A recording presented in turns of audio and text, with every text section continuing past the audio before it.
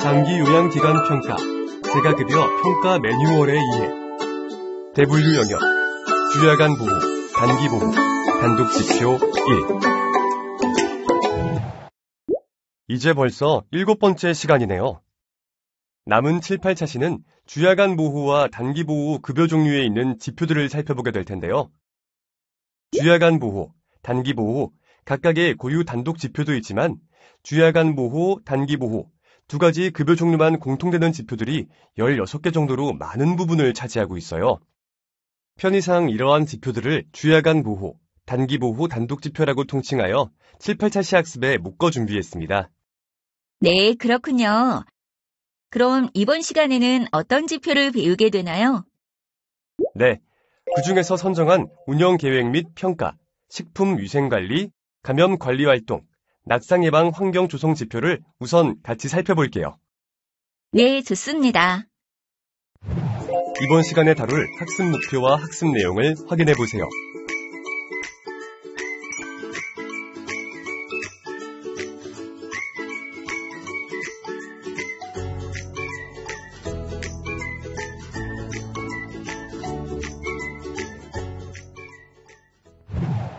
(1) 운영계획 및 평가.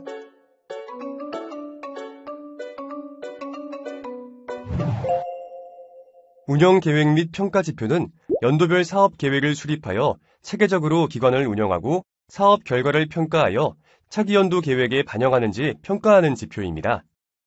사업계획 관련 지표이군요. 과장님, 기준 1에서 말하는 연도별 사업계획은 꼭 매년 수립해야 하나요? 해당 지표는 기관의 효율적 운영을 위하여 연도별로 사업 계획을 수립하였는지 평가하기 위한 지표로 평가 지표의 취지에 따라 연도별로 사업 계획을 수립하고 그에 따라 사업을 실시하여야 하며 사업 결과를 평가하여 차기 연도 사업 계획에 반영하여야 합니다. 따라서 매년 사업 계획을 수립하고 그에 따라 사업을 진행해야 하며 평가 결과에 따라 교육, 프로그램 조정 및 전체적인 사업 내용 변경 등 평가 결과를 반영하여 사업 계획을 수립하여야 평가 기준을 충족한 것으로 확인합니다.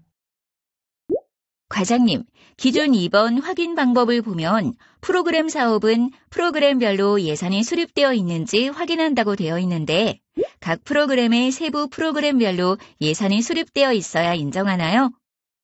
프로그램 사업은 최소 신체 기능, 인지 기능, 사회 적응 프로그램별로 예산이 수립되어 있으면 인정합니다. 그러면 기준 1, 2까지 충족했을 때 보통 척도, 즉 0.5점을 받게 되는 거네요. 맞나요?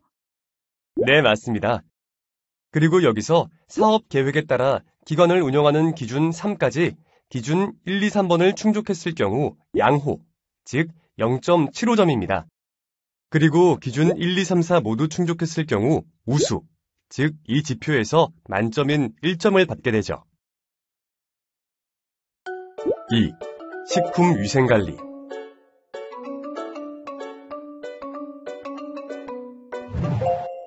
식품위생관리 지표는 식품, 식당, 조리실을 위생적으로 관리하여 수급자에게 안전하고 위생적인 식사를 제공하기 위해 노력하는지 평가하는 지표입니다.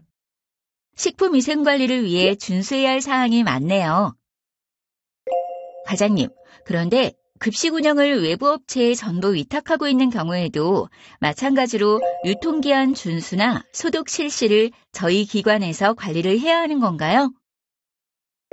우선 기준 1에서 식품 유통기한 준수를 요하고 있는데요. 기준 1의 확인 방법에서 언급된 바를 보시면 급식 운영을 외부 업체에 위탁하더라도 기관 내 식품을 보관하고 있는 경우 식품 유통기한을 확인한다고 되어 있죠. 기준 3의 소독 실시 또한 마찬가지로 급식 운영을 외부 업체에 위탁하더라도 기관 내 구비된 주방 집기류와 주방 등의 소독 상태를 확인하게 되어 있습니다. 따라서 기관에서 사용하는 주방과 집기류 소독을 주 1회 이상 실시하였는지 확인하여 평가합니다. 아, 이해했어요. 3.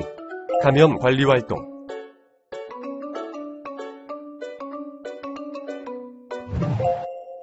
감염 관리 활동 지표는 수급자가 위생적이고 건강한 생활을 영위할 수 있도록 감염 관리 활동을 실시하는지 평가하는 지표입니다. 과장님, 기준 1에서 외부로 통하는 주 출입구에 손소독제 또는 출입구에 있는 세면대로 대체하는 경우에는 손세정제를 비치했는지 여부를 본다고 하는데요. 여기서 말하는 손세정제에는 비누도 포함되나요? 손세정제는 물론 세척 가능한 계면 활성제를 의미해요. 따라서 비누도 물을 통한 세정작용이 되기 때문에 인정됩니다. 네, 알겠어요. 과장님, 기준 4에 보니 분기별 1회 이상 실내외 전문 소독을 실시하는데 전문 업체 소독을 실시한 경우만 인정한다고 되어 있네요. 네, 맞습니다. 전문 업체 소독을 실시한 경우만 인정하며 계약서, 소독 증명서, 지출 내역 사항을 확인하게 됩니다. 또한 전문 업체를 통하여 살균, 살충, 살서에 관한 소독이 실시되었는지에 관한 사항을 확인하며 그 세 가지가 모두 충족된 경우에만 실내외 소독을 한 것으로 인정합니다. 기준 5는 수급자 생활환경의 일상 소독을 매일 실시해야 한다는 내용인데요. 이 확인 사항에서 소독 부위는 어디를 말하는 걸까요? 네, 기준 5에서는 수급자 생활환경의 일상 소독을 매일 실시하고 소독 부위, 소독제를 알고 있는지 직원과 면담하여 확인하는데요.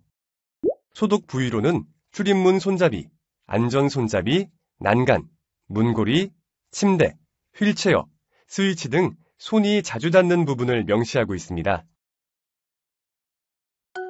4. 낙상 예방 환경 조성.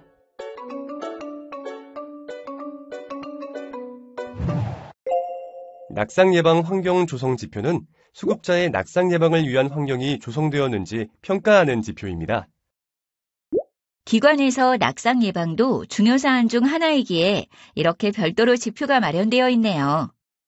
과장님, 기준 1에서 기관 내부에 안전 손잡이를 설치해야 하고 복도는 양쪽 벽면이라고 명시되어 있는데요.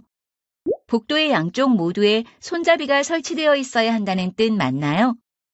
네, 맞습니다. 복도의 어느 한쪽이 아닌 양쪽 모두에 안전 손잡이가 설치되어 있어야 합니다. 더불어 목욕실, 프로그램실, 세면대와 변기 주위, 싱크대 등의 안전 손잡이가 설치되어야 합니다. 확인 방법에서 상세한 내용을 참고하실 수 있습니다. 과장님, 기준 4에서는 수급자의 이동이 편리하도록 휠체어 이동 공간을 확보하라고 하고 있는데요. 구체적인 기준이 있을까요? 아래의 확인 방법에서 구체적으로 확인이 가능한데요. 휠체어를 타고 자유롭게 움직일 수 있는 공간이 확보되어 있어야 하는데, 즉 복도는 휠체어 2대가 교차할 수 있는 공간이 있어야 인정하는 사항입니다. 또한 복도 등의 이동 공간에 물건이 적재되어 공간 확보가 어려운 경우 인정하지 않으며 화장실은 휠체어 출입 가능 여부를 확인합니다. 학습한 내용을 다시 한번 정리해 볼까요?